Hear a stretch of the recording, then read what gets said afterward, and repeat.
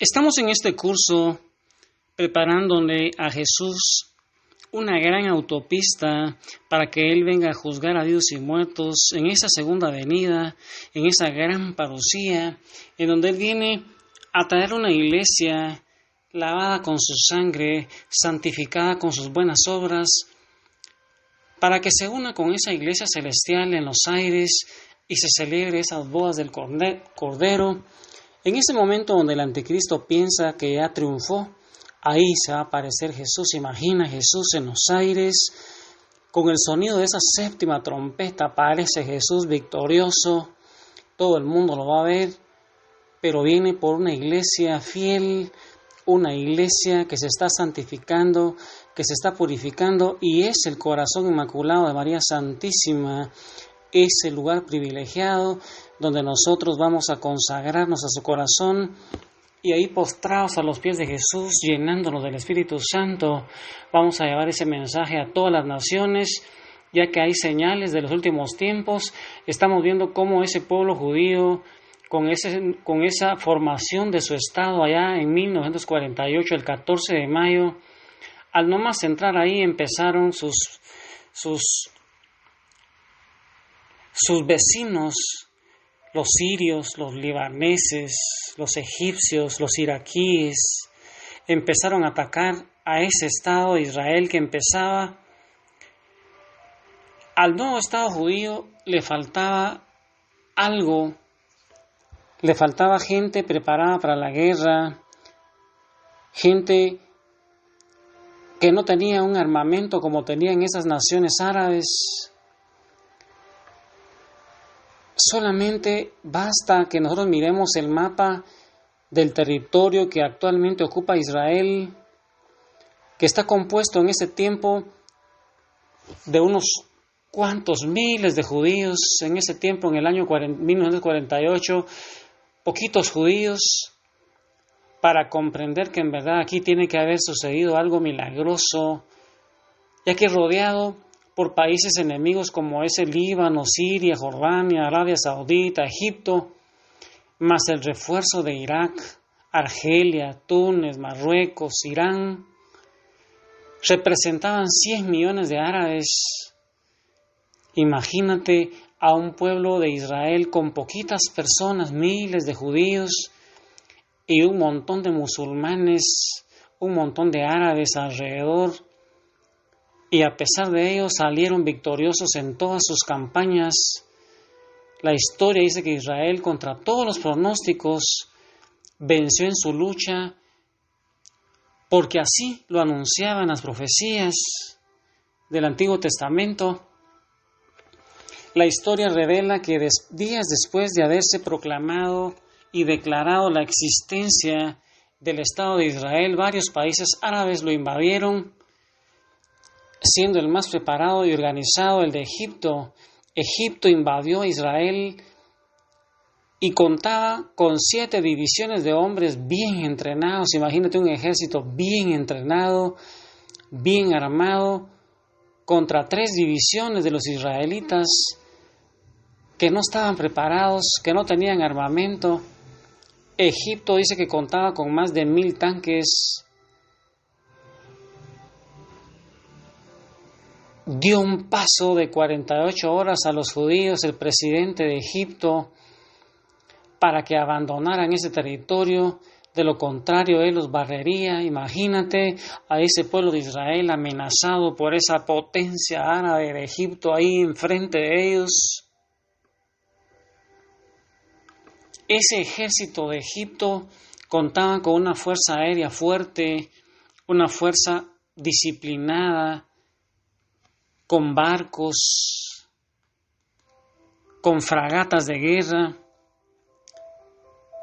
Sin embargo, el fenómeno no puede explicarse con argumentos humanos, pero la realidad es incuestionable. La historia revela que Israel, en pocas horas, se apoderó de 700 tanques de los egipcios y barrió contra toda esa fuerza aérea egipcia. Causó más de 25,000 bajas. frente a 2,000 casas de su ejército recién constituido, y hermano, Israel salió victorioso. ¿Y cómo crees que hay personas que todavía dicen que no existen milagros? ¿Por qué hay personas que no pueden creer las profecías escritas en la palabra?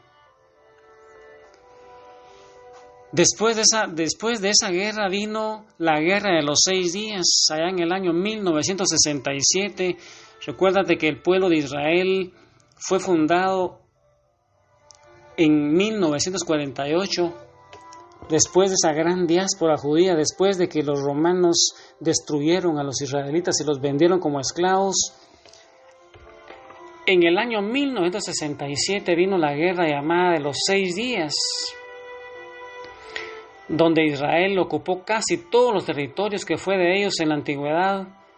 Esa guerra, que también fue inexplicable, parecida a un relámpago, y en la cual dice que Israel desafió no solo a Egipto, sino a todos sus vecinos enemigos que les rodeaban.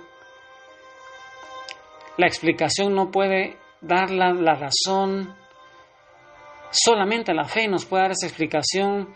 Se trata de una fuerza sobrenatural que puede sintetizarse en una frase inexplicable para los espíritus fuertes. Estaba escrito, como decía Miqueas capítulo 7, versículo 15, mira cómo las profecías del Antiguo Testamento se van cumpliendo en nuestros tiempos. Miqueas capítulo 7, versículo 15 y 17. Aquí, mira lo que dice Miqueas: obra milagros para nosotros, Señor, como hiciste en los días que nos sacaste de Egipto.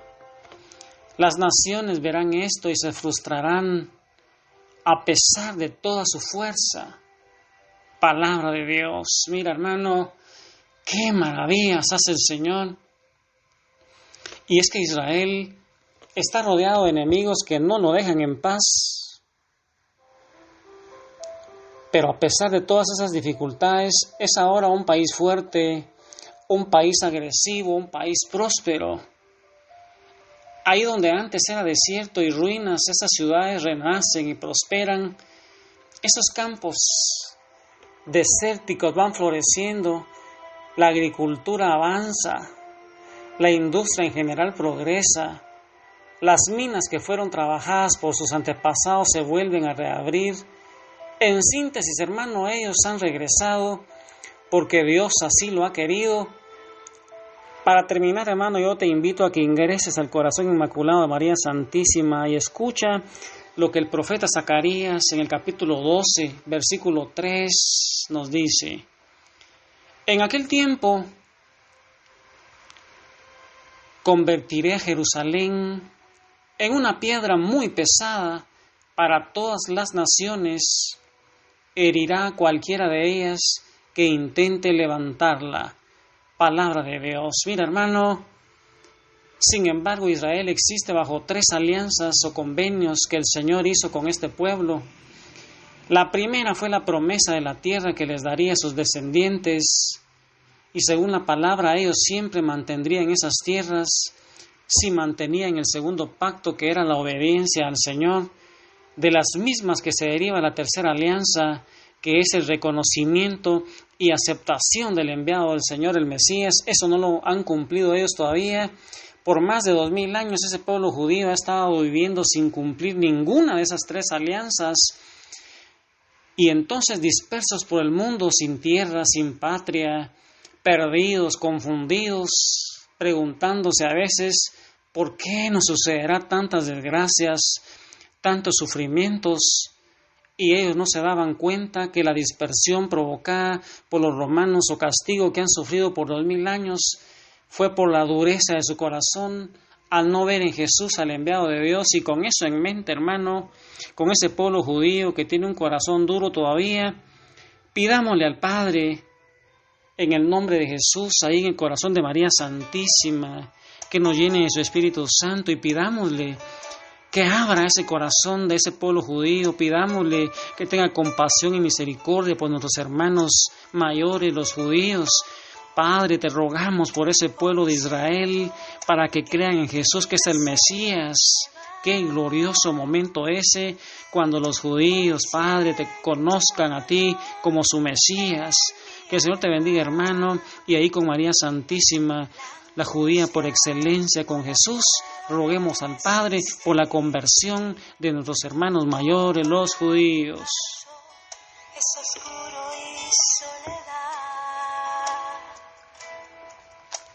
Déjenme llorar, quiero llorar.